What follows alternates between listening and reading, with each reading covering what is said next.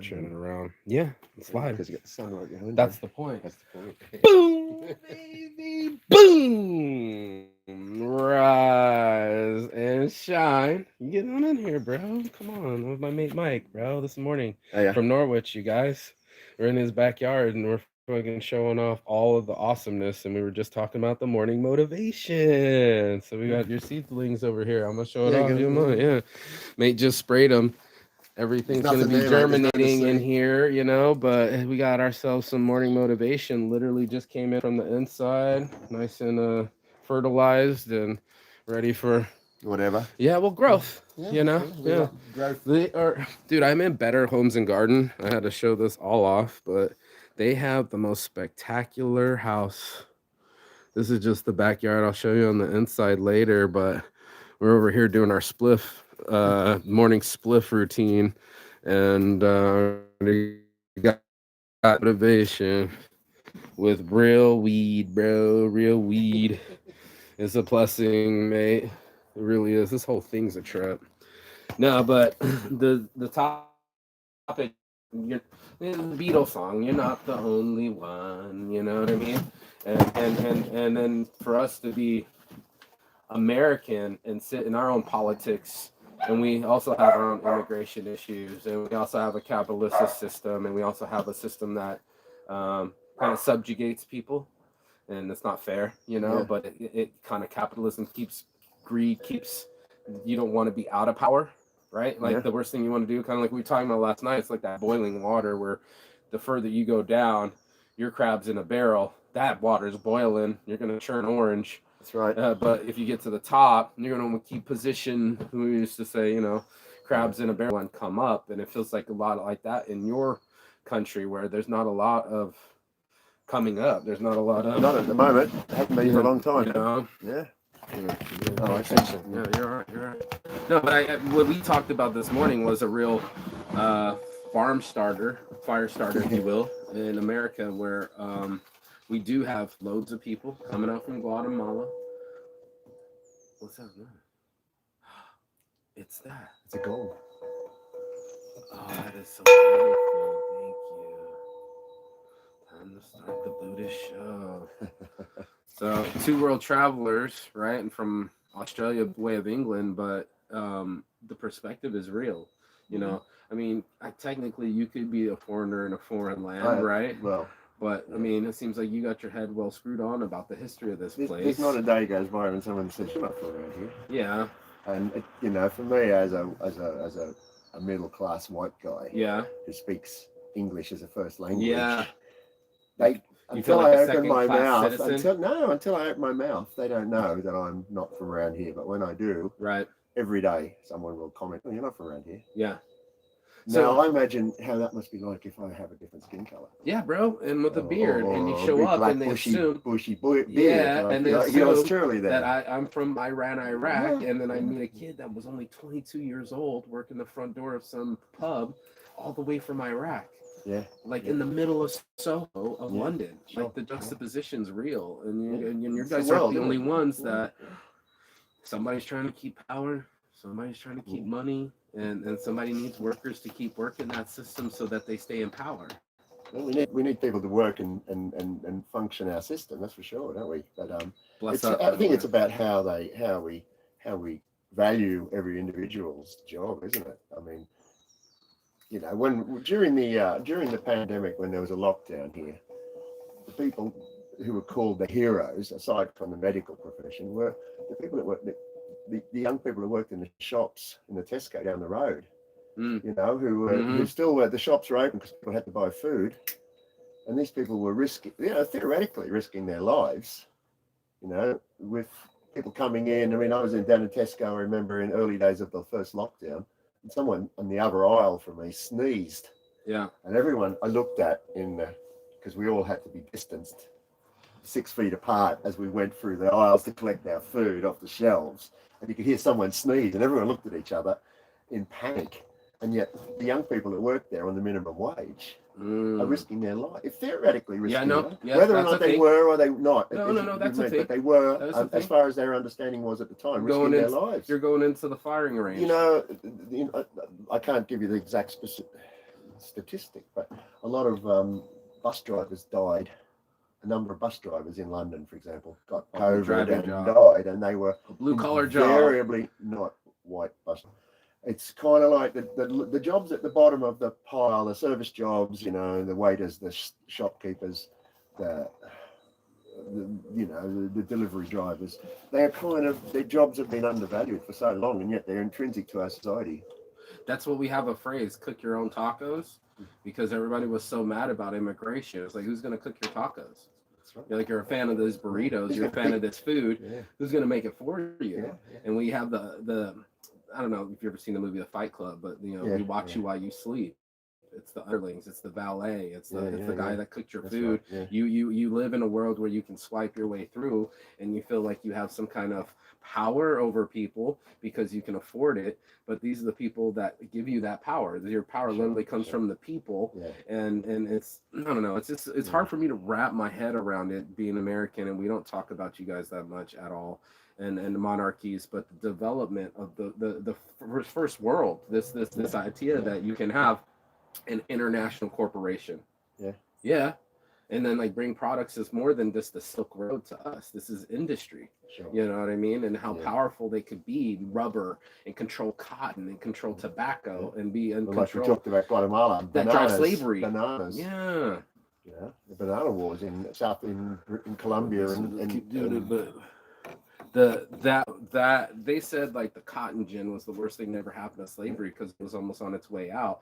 It would take a slave like almost like a couple hours to sort a pound of cotton from seed. This thing bust out, and now it becomes a worldwide industry. Now it's like linen goes around the world. Everybody wants cotton, and the thirst of tobacco is even more. You already know what nicotine and how addictive that is. So it's just one of these things where it kept the institutions alive. And I can see how you want to keep the monarchy institution alive. It has its posh and not me personally. no, their attitude at the time. We're talking 18th century. It represents 17th century. It represents one of the things it represents, and you discovered it here, is this thread of history in this country that's everywhere you look. It's historical. This house alone is it's only built in the 1890s, so it's 100 and something years, 125 years old. Beautiful, by the way. But we can go down the road into the city, and there's stuff that was built in 1200 or 11. The castle was built by William the Conqueror's men in I think it was 1081. Right. So I mean, it's 1,000 years old. Right.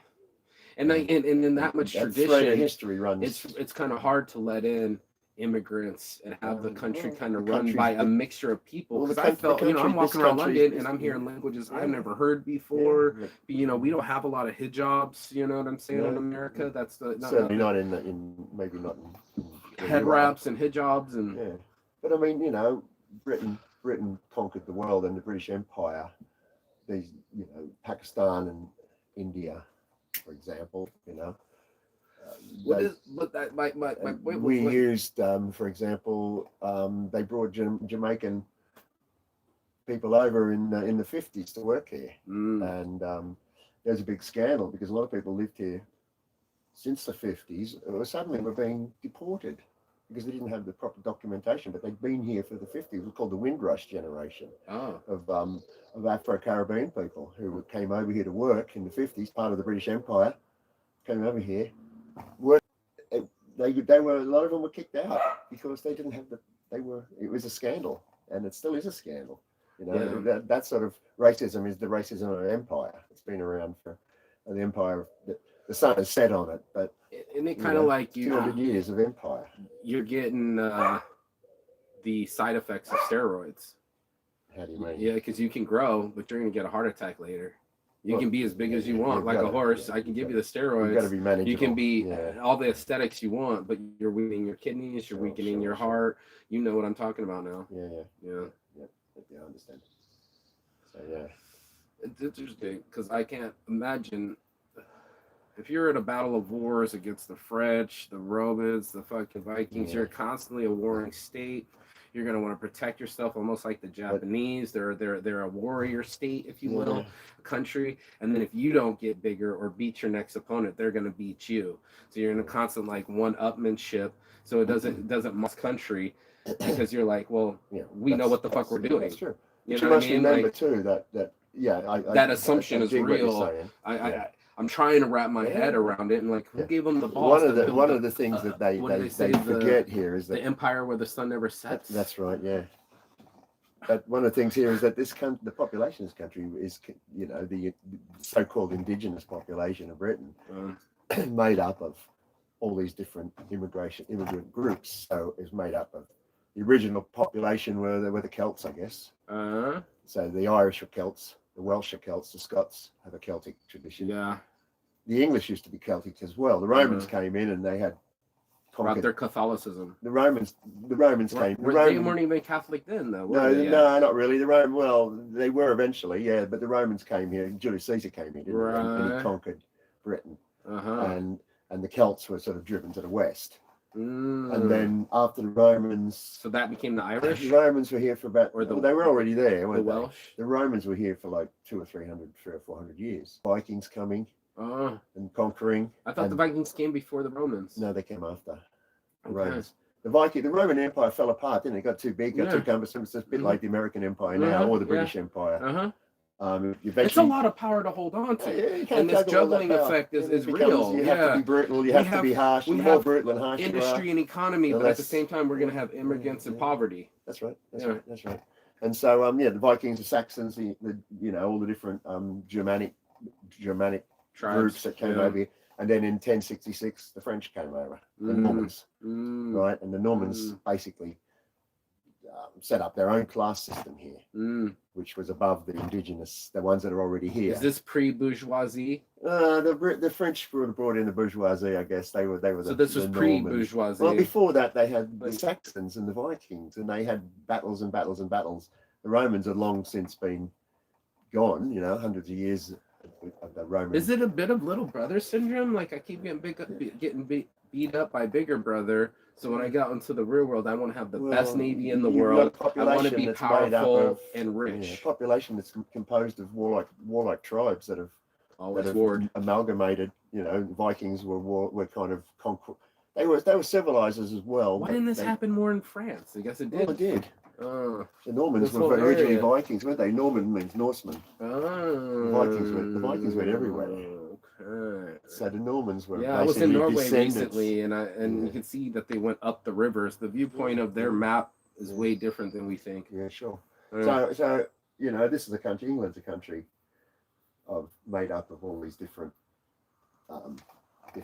warring peoples that have come together on this island. And because it's an island, you're able to fortify it and strengthen it. I mean, the forests were all chopped down, weren't they, to make ships? Yeah.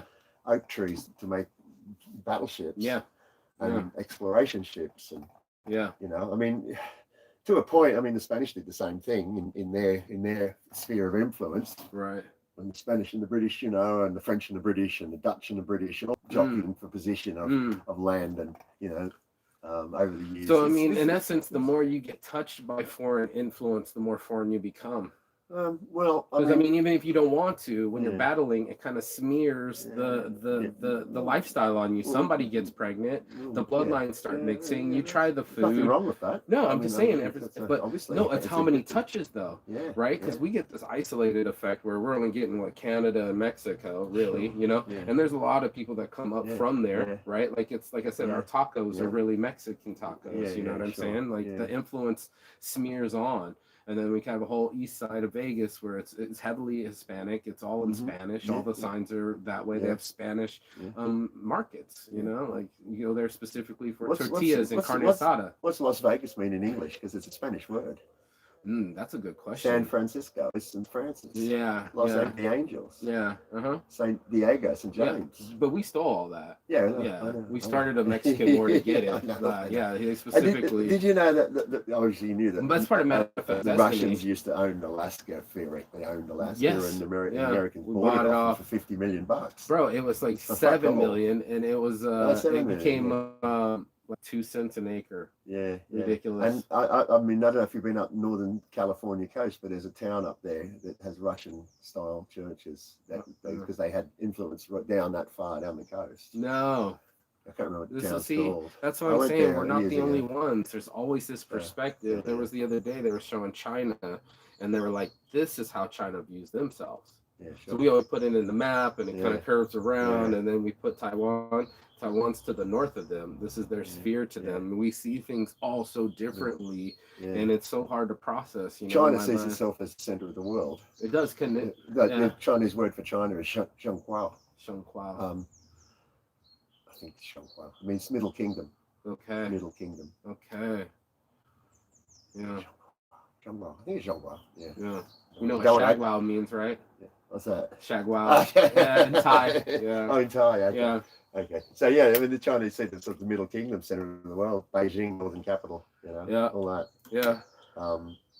But everyone has their own motherfucker in it. Everyone has their own view of them. Yeah, they're sort of. I mean, that's why I like sharing it. National-centric viewpoint, you know, of their own place. And I almost went backwards on you guys on your history because remember I go to Hong Kong and the museum first, and you get only the thought of merchant ships and East Indian companies getting ridiculously wealthy. Yeah. And you look at the tribute to London and the places I was just at was only the place where ultra wealthy people can spend. I mean, we talk about now, you don't know this, but my full last name is Saint Arnaud, and Bernard Arnault is the third richest or most richest man in Europe. He's the guy that owns Louis Vuitton. And really,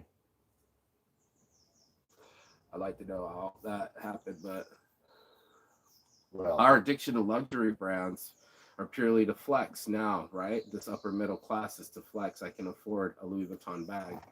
But when you're in the 17th century, you got actually Louis Vuitton making your actual luggage. The places I saw had brass. We went from TJ Maxx, where it was probably made in China, sold as plastic, hard plastic. The luggage that I saw in that, not Harrods, it was another version of Harrods.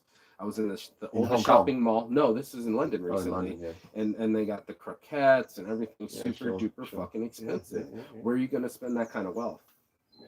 There's some people have that money to spend on this sort of stuff, and other people have barely got enough money to put put steroids. On the table. Put it on steroids where we can't fathom billionaires, and now we in America have 200,000 billionaires like a Jeff Bezos, multiple hundreds of billions. Yeah. So the wealth, the disparity, we're not alone. No. And this issue of, I keep hoping in this dystopia of me, or utopia of me, that the robots start doing the dirty, they say the dirty, dangerous, and dull jobs, the 3Ds, dirty, dangerous, and dull, things you don't want to do, I don't want to do, you know, maybe going in sewer pipes and handling nuclear waste and, you know, that kind of thing. That's the sort of utopian dream, isn't what it? about those jobs for the checkout aisle girl? And now the There's McDonald's no checkout aisles, it's all self-service. That's what I'm saying. So, like, where do those jobs go? What happens to the other man, the taxi drivers? You know, it's robo-taxi now. So I don't know. Does it ease mankind? Does it level the playing field? Or is there always going to be this stark difference? That's where we start to talk about a universal basic income. UBI, so that people can be paid to live. People got to have money. I mean, the idea of not giving people a pay rise, that's why we're having strikes, you know. Us too. Yeah, so if you don't give people a pay rise, how can they spend the money to buy the fucking... Mike, why is it the nurses? Why is it the teachers? Why is it the, who else is striking? The train guys, dude. Yeah, the whole union. Well, they're because they're in a free enterprise society like this, they regard there's a philosophical angle that regards those jobs. They like to privatize all those jobs to be run by companies that can make profit. That's all it is. These companies. It's like privatized prisons in America. Yeah, it's terrible. Yeah. I mean, why you can buy stock in modern day slavery now? Privatizing healthcare. I mean, the illness of people. It pays what it does is it pays those companies that run those private healthcares to keep people slightly sick. Does your insurance companies also bribe like the politicians to keep that going? Well, we have national health, just about. That's where everyone in your taxes. If I get sick, I don't pay for it. I go to the hospital. I can get anything done for free. Why? I paid for it from my taxes. Okay. It's socialism. Okay. So we have the National Health Service. As long as you pay taxes, you get services. Even if you don't, it's there for everyone. See, this is the kind of issue that's happening in Finland, where they ask for all those Somalians. They had like 40,000 Somalians at once drop in their system, but also drop into their system. Healthcare. Do you have universal healthcare? Yeah. Yeah, you're baffling. So did you know that happened with Obama when they were trying to they drop wouldn't let that him with do insurance? it. Right. They wouldn't let him do it. Yeah, I know about that. The health Obamacare, plan, they yeah, got Obamacare, dismantled So by you have Trump. heard about it. Yeah, Okay, of course. cool. Yeah. We thought. I mean, the British have long since. Odds are, if we did it, you would have did it too. Well, the British law always going on about how in America it costs you a fortune to get pregnant, it costs you a fortune to get sick. You can have to mortgage your house if you're sick, or you break a leg, or all this sort of shit. But that is the government here, that's what they think. Yeah. The government here wants the same. They want to privatize it all so that you buy your insurance and that. But of course, it doesn't work in America, because if you have an underlying condition, insurance companies are going to say, well, it's going to have to charge that person more premium. It's this not way, only the premium, but you might not get insured if you have underlying condition. In its purest state, the health service we have here is the way it should be everywhere. In that, part of the public money goes into sustaining and funding the health system.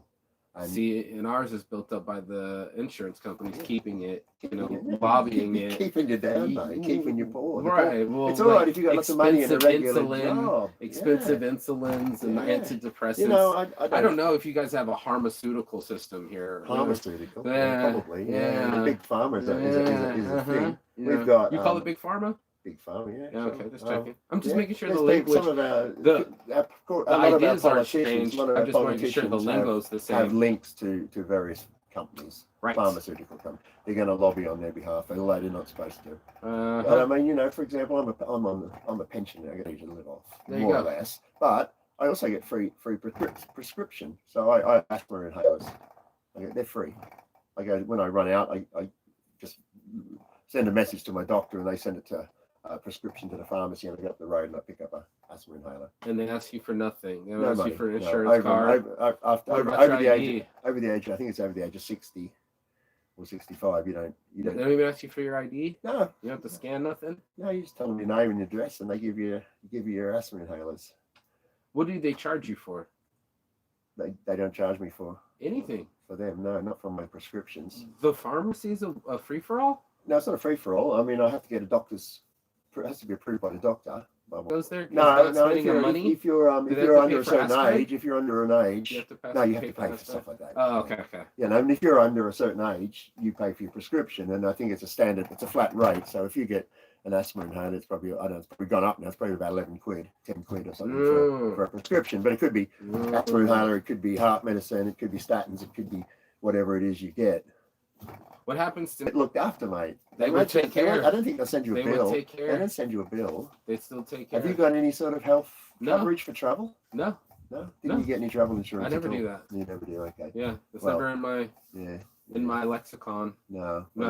Yeah. Young gun full of cum. I think yeah. No, I get it. You know, and I don't know, mate. I mean, you're young enough and healthy enough to be. I mean, I have to take insurance because I get asthma, so I have to be careful of my. But what did they do? They just kind of check for you in the hospital after you've. I don't know. I mean, I've had hospital work. I've had hernia operations and stuff. I just go. You get referred. You go and you get a bill later. No, you don't expect it either. No, you would be surprised. Why get a bill? You would be surprised. Why? No, I'm just saying if you had a big old bill. If they sent me a bill for some you'd be surprised. But that's the way it's heading. You'd be like, what? That's the way they want to do. Okay. This government, our government at the moment is a free market. A free market. I call them buccaneers. They're like pirates really. It's there's no rules. They want to get rid of a lot of lower. They want to lower some of the standards for food. Say for example, we had fairly high food standards. From Europe, etc. We're part of Europe, but now that they can make their own, you had to label it where it was from. Yeah, a bit like that. GMO, label, no make sure no GMO, all that sort of stuff. And now it's, now it's been opened up a bit more. So opened up a lot, and they would like. So you don't know where your meat comes from? Well, we should do. Yeah, it should all be labeled. Yeah, of course.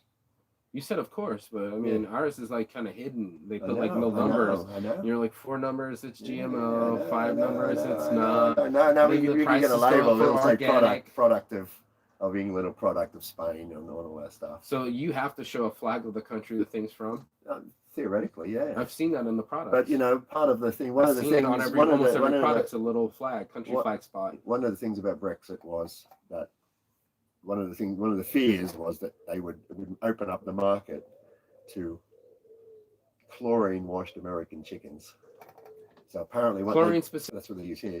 Yeah, they bleach the chickens after they've skinned them in a factory, dip them in the chlorine to kill the germs, and it's going to have some sort of effect on the meat, obviously.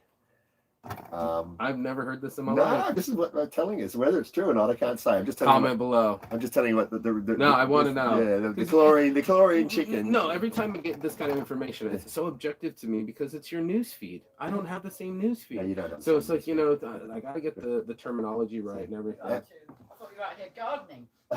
No, he's doing his live. Yeah, we're on my live interview. The Duchess is here, you guys. Oh, who you being interviewed by? No, this one. We're talking. You're talking. Live interview discussion about. I can smell weed. He's had a cigarette. Do you want some? No, it's all right. No, I never smoke this time of day. Okay. Fucked me up for the rest of the day. Right. It's his morning motivation, apparently. Yeah. Not mine. No. So you ready? I am. I'll go to Toby. Okay. Can I opt out of this? I have to do your thing. Get a bit ready, and I'll let you to finish it up. Actually, I'm gonna just show off the house real quick in the last 4 minutes of the show, and show you guys off because you guys got a better home and garden. So the plot thickens, mate. The plot thickens. If I can get in the shade, this is the most beautiful house they have created themselves. Paradise. A little garden shed and all the different ferns, trees, and leaves. Dream catchers. It's been quite the journey here, bro. Like, they already rent out their spot. I'm gonna let them do their thing. There's even little snails right here. But yeah, I think this place is award winning. There it should be, because of all the places. Bamboo, like in the middle of Norwich, like, who has all the seats are just nice, every corner of it. This needs to be shown off because apparently it was influenced by our guy Charlie in Thailand. And he kicked ass, and he had art everywhere, and we all met there, and now they have art everywhere. Gratefully, it's like, look at all the countries you can travel. Pick up your game. These guys know everything. I want them to write a book. I know everything. I want you to write a book, Duchess. I do. I told Mike he should be on it. I think people would love to see and hear the names of places like where these masks are from, and I can't even pronounce. Different places. It's just the world. Greece. I know Greece, but like, they have the most unique marijuana girl house ever, and I'm really proud to be here. I'm grateful to be here. Nearly ready. Shower. Are you in here, Mike? I'm in here, mate. Oh, okay. I was gonna show that off. He's in here. We met 12 years ago. Yep. It was a surprise. We didn't, he just phoned up to New Zealand, so he. Yes. And like, come for a walk with me and you and Mike and. Mark. So come on here. There's the dog. Look at this beautiful bay windows with the sunshine coming in. Very English. They actually had the fire going last night. I mean, the Duchess this is her man cave, woman cave, but this house is nothing but style and art and amazing colors. She's done a beyond excellent job, and I'm grateful to be here. And I'm surprised it hasn't won any awards, because there's been a couple of Airbnbs here, and if they haven't taken photos and posted, mostly saying something that this place is absolutely above the level you ever be in an Airbnb that's this classic, over 100 years old. Everything's super unique. I've been grateful because there's like 2 bathrooms, right? So you got 1 bathroom. It's amazing. Look at this place. Beautiful colors, modern showers. It's like the most beautiful setup ever. Every window has there she is right there. Old mirror, new sink. Old New York poster, old heater, Honeywell. It's just got old but new, old but new, old but new everywhere. It's amazing. This is like how I would do it. And Mike's got his own little man cave with like art everywhere from and he's from Australia and he plays music all over the world. This place is just amazing. If you waited to the end of the show, you got yourself a treat. Everything about these guys is artistic and lovely. That's the backyard we were just in. The amount of history on the walls and art is fantastic. Like, I can't even. This place is, I don't know what they're gonna, they stopped Airbnb because of COVID. So that's their room, just lovely. And yeah, small, my little bathroom here, but I gotta go and show you my room because they totally splurged me. Steep stairs, but it's worth it. You get all the way up, and there's actually 2 rooms, but your boy's saying little storage room. I'm in this whole freaking room, dude. Like, and the whole bed with the bay windows. Let's open it up. Let's let some light in real quick. Yes, bless. 3rd floor, baby. VIP. Sunshine shining. Cowboy, baby. What an artistic, open air, top of the world spot that I'm living in. And I'm just grateful. Your boy came up. I love this little shape here. Trapezoidal shape. And all the art everywhere. And little ships in glasses. Those ships on the wall. Ships drawn.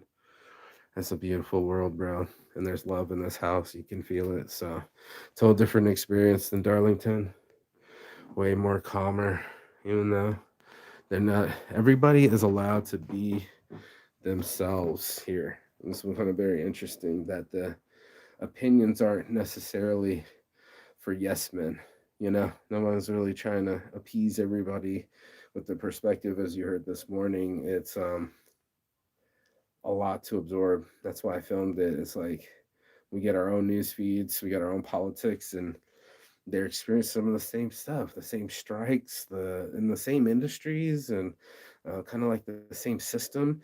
If nothing else, America's like Britain on steroids. We just got more money and less years, but I mean, it adds up, and it's a bit of a mind fuck. Yeah, and immigration issues and wealth distribution and yeah, I don't know. My head's spinning and I'm high as a motherfucking kite. Thank you for the weed. Thank you for my life. I love my life. This is such a blessing. And this is why I scream I love my life because, like, dude, come on now. I just got a free Airbnb because I've met some people in Thailand one time. That's what the power connection is. I can't explain it any further than that, or wish I could, but you already know how it shines. Your boy Marky Saint, mostly Saints. We out here. This is definitely Saints addiction, dude. I'm addicted to traveling and meeting people and doing it. So I'll see you guys on the other side. Peace. Yes, ma'am. Wow. You called me? Yeah, mate, you wanna I'm almost ready.